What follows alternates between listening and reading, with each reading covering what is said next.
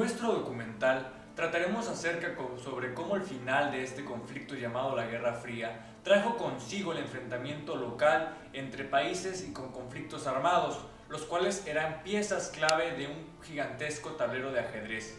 Estos conflictos representaban el enfrentamiento entre dos potencias mundiales, del lado occidente a Estados Unidos y del lado oriente a la Unión Soviética.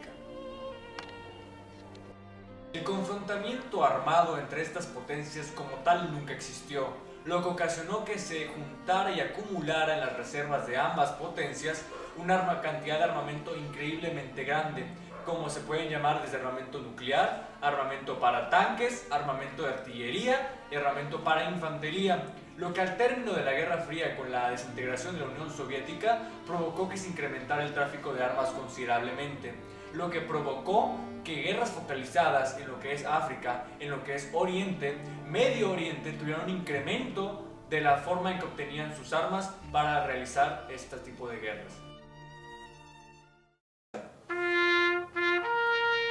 Señor licenciado, ¿podría mencionar los conflictos armados más recientes post-Guerra Fría?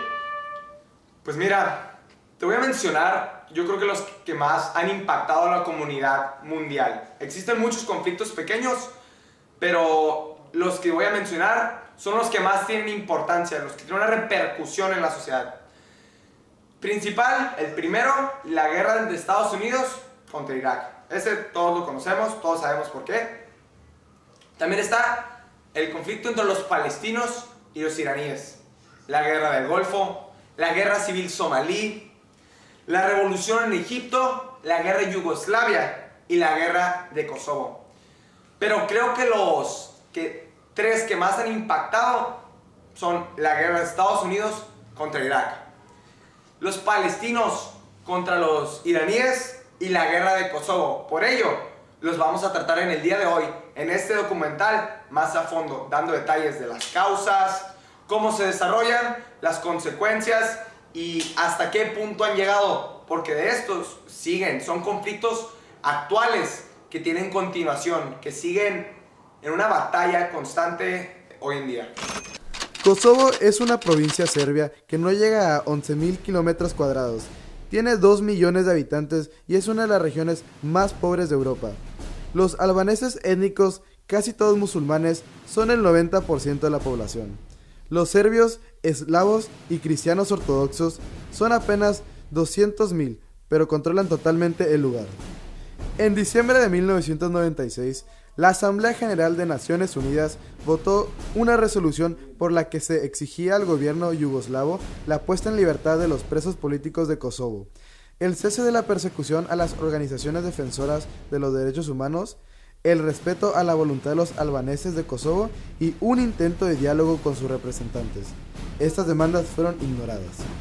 A comienzos de 1997 se produjo en la vecina Albania un estallido social, tras el fraude del dominado sistema financiero o piramidal por el que mucha gente perdió todos los ahorros de su vida.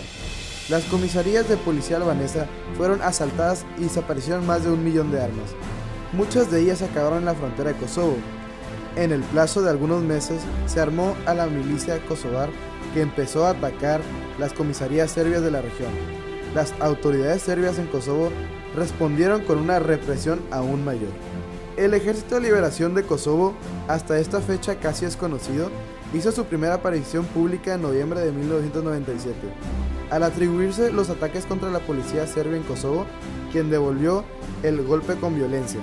El 28 de febrero de 1998 atacó varios pueblos donde se consideraba que el Ejército de Liberación de Kosovo tenía sus bases de operaciones. En menos de una semana, al menos 82 albaneses habían sido asesinados, entre ellos mujeres y niños. La sangrienta represión solo logró sumar adeptos a la causa del Ejército de la Liberación de Kosovo. 3 meses más tarde, la policía serbia y las Fuerzas Armadas yugoslavas lanzaron otra ofensiva mayor en Kosovo, esta vez en el territorio limítrofe con Albania, lo cual forzó a más de 40.000 albanos kosovares a abandonar sus hogares y huir para salvar sus vidas. El 6 de mayo, la OTAN ofreció a Milosevic un plan de paz apoyado por Rusia, a propuesta del Grupo de los 8, denominación del Grupo de los 7 desde que en 1997 se incorporó Rusia. que incluía el final inmediato de la represión contra la población albano-kosovara.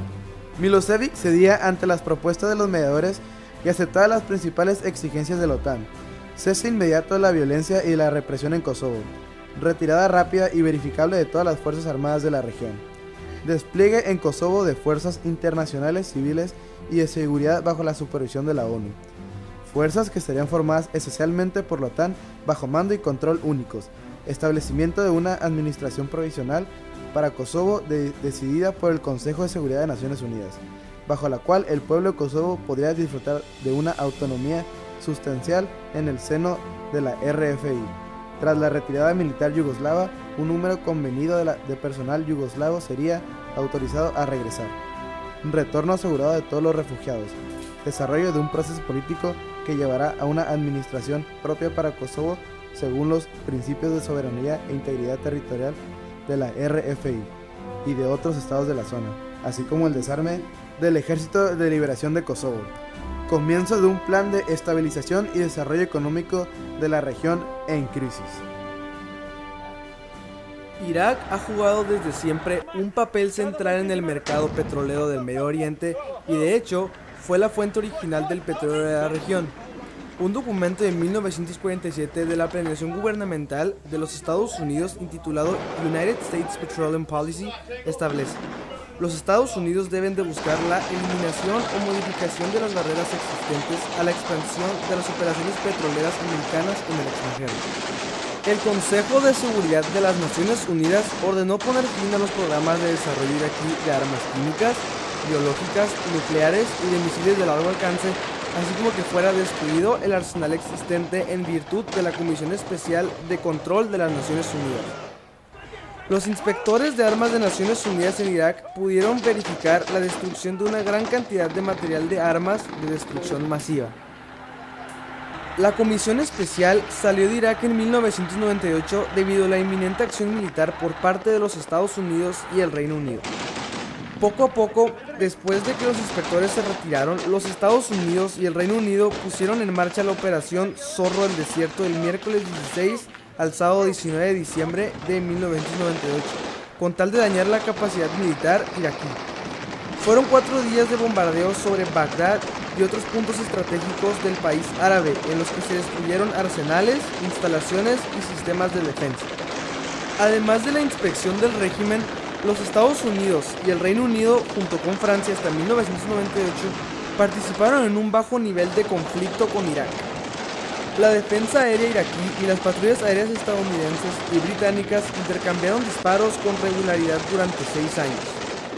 El jueves 22 de mayo del 2003, el Consejo de Seguridad de las Naciones Unidas votó 14-0 a favor de la aprobación de la resolución presentada para dar el poder de gobernar Irak y de utilizar sus recursos petroleros para la reconstrucción del país a los Estados Unidos.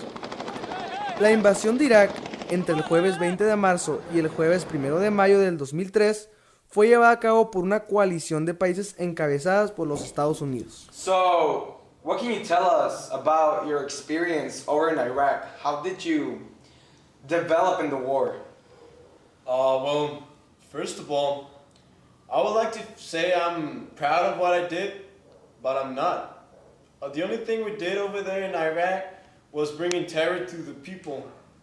You know, I was carrying my .50 caliber gun every day till the day I get out of the killing zone, and I was sleeping with my gun under my pillow. That's not life, man. You know, that's not correct. Many people say you did something patriotic, or maybe you need guts to do that, but killing a child's not patriotism, or you don't need courage to do something like that, you know? It's awful. It gets to my head every night before I go to bed, and it's horrible, man, you know? About 4 Humvees out along this, you're clear. All right, firing. Line here, with the space line, let me know when you have it. We'll shoot. Light them all up. 202 traffic, 260. Come on, fire. Hey, Roger. Keep shoot. Keep shoot.